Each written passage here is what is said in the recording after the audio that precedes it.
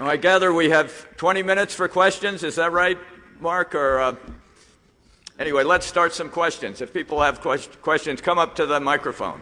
And meanwhile, I'll ask one. Iran has threatened nuclear destruction of Israel. What should Israel's response be to this threat? And what should our response be? I think that one of the things we first of all have to do before we can answer that question is ask the question, is their threat legitimate and real? Do they have the capability of what they are threatening? And if they do, will they do it? Now, the answer to that right now is I don't think they have that capability now, but I don't think that they would hesitate to do it if they had that capability unless they understand what the consequences are for doing it. I mean, you can let loudmouths run around and bully anybody they want if they feel they can do it without consequences. And so the answer to Iran right now, and that man who claims to be the president of that country, is to make it unquestionably clear that if you do have this capability, we are going to take you out. I mean, what's the purpose? If you're not going to be the world power and don't act like a world power, then why be a world power? I mean, we can come back to our country and never be involved in anything. We can be supine in front of all this stuff, or we can actually do what we have to do to protect ourselves. Question. Why be a world power? The reason we're world power is in case we need to defend ourselves. That's it. You're a world power, and you want to go out and use that power to beat up on other people. My question is to Dinesh, similar area. Why do you feel that our founders, when they broke free of Great Britain and then a few years later instituted our Constitution, why do you think that was a Constitution for the entire world? It was strictly for us and our freedom. Why do you insist that our founders created this Constitution for the entire world? Okay, that's the question. Well, I'm not saying that the founders created a constitution for the world. The rights of American citizens apply only to us. I would not extend those rights to aliens or prisoners in Guantanamo. Our civil rights are ours as citizens. I agree with that. What I am saying is that those rights were seen as arising out of universal principles. The founders didn't just believe that the European man or the white man or the fellow who read Locke was entitled to liberty, but that this was something that was, in a sense, a universal fire in all human beings. All human beings, in a sense, aspire to it. Now, the founders didn't give it to anybody. They didn't give it to everybody. In fact, Lincoln even said later, the founders declared the right so that the enforcement could follow when the circumstances permitted. He was talking about slavery. Here's the point I want to make. Our opponents have been talking a lot about the fact that freedom is being destroyed in America. Well, you know what's going to destroy freedom in America? Another 9/11. If there was a second 9/11 and a third, America would have to become like Israel, a police state. The fact is, we have not had an attack since 9/11, and that's allowed a lot of us to rest easy, breathe a sigh of relief, and sort of pretend that we can go back to September 10th.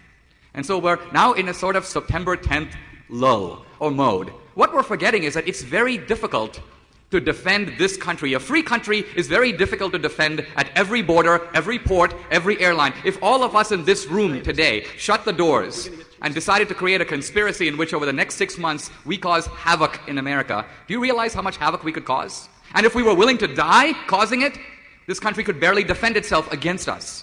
So the fact is, take us and multiply our numbers by 1,000, and then take people who are willing to strap bullets and kill themselves, and you get a hint of the kind of threat we face. Let's recognize it. Well, Ron wants to respond to this. Unfortunately, we have to stop at 6:15, which is about now. So, Ron. Well, you know, I fear more 9/11s too. But in perspective, you have to realize, and I agree with Dinesh, that yes, more and more of 9/11s, there's a threat to our freedom. But it's not going to be a threat from an invasion of a foreign power. It's going to be more Patriot Acts, more Military Commissions Act, more National ID Acts, more loss of habeas corpus. And that's coming from our government. And that's what we ought to be concerned about. That's where our responsibility are. If we want to spread our goodness, which I believe in, it should be without force. It should be by setting a good example, having a vibrant economy and minding our business where people will want to emulate us. You can't do it with the use of force.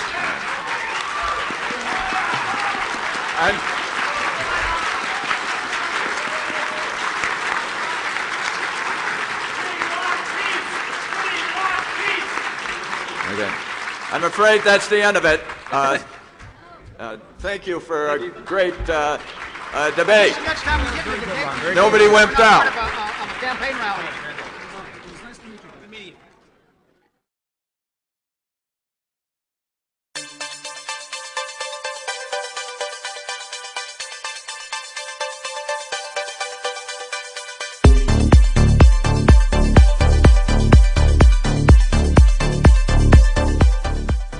the whole concept of what we in the freedom movement talk about, it is truly life and liberty. And of course, the founders of this country talked about life and liberty. They didn't talk about welfare and warfare. They talked about life and liberty. When John and I met about 5 years ago, we agreed that we really cared about peace, and we really cared about eliminating poverty, and we really cared about the environment. We really cared about creating a world in which people could all be happy, well, thriving, and experience the flow state all the time. And as it turns out, we just both happen to be libertarians who believe that a free world in which people can choose their own paths is the world that will give us sustainable peace, prosperity, happiness, and well-being. A raging battle between capitalism and socialism over the last 50 years. And that battle has now been won. And even a socialist like Robert Heilbroner wrote in the New Yorker after the collapse of the Berlin Wall, the long 50-year battle between capitalism and socialism is over. Capitalism has won. I've given Muhammad Yunus and the Grameen Foundation a lot of money. I've given some money to the Aga Khan Foundation, people that are involved in microcredit, because I think the way forward for the world is funding entrepreneurs. Increasingly, there are profitable or for-profit microcredit enterprises, and they're going to get the balance of the money that I use in terms of microcredit, because profitable businesses are self-sustaining. It's better than giving money away if you seed an enterprise that goes forward. In the place of all of these transfer programs, every American citizen upon turning age 21 would begin to receive, deposited electronically into a bank account once per month, a sum of money which over the course of the year would total $10,000 in today's purchasing power. Since its inception as a descriptive science, economics has been mired in controversy over how to apply its data and theory. Market solutions to social problems are generally received skeptically. Businessmen are distrusted, corporations looked at askance. As well, there is a well-known resentment against those who have most benefited from markets. Folk economics leads us to disdain excessive wealth, label usury as a sin, and mistrust the invisible hand of the market. What we do not understand, we often fear, and what we fear, we loathe. What we find also, too, is that people are paid far lower at the conventionally managed companies. At Walmart, for example, workers receive about $11.50 per hour with no benefits. At high-involvement Costco, they earn about $16 plus benefits plus training. But what we do find in these companies is that at the high-involvement company, the workers tend to be 2 or 3 times more productive. As we develop, as we grow as human beings, we have a decrease in narcissism and an increase in caring and consciousness. And human beings tend to move from egocentric to ethnocentric to world-centric.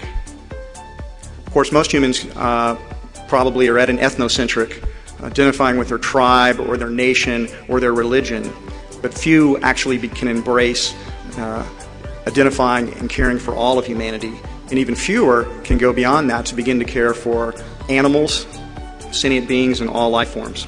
They do not understand the dynamics of what happens when people are allowed to use freedom in a dynamic way and pursue their own interests, as is going on in China today with 1.3 billion people. We're living through right now in Asia is a boom and not a prelude to a bust. We are looking at a whole new paradigm, and we're just beginning to understand its impact. What they wrote in there was a principle about natural rights.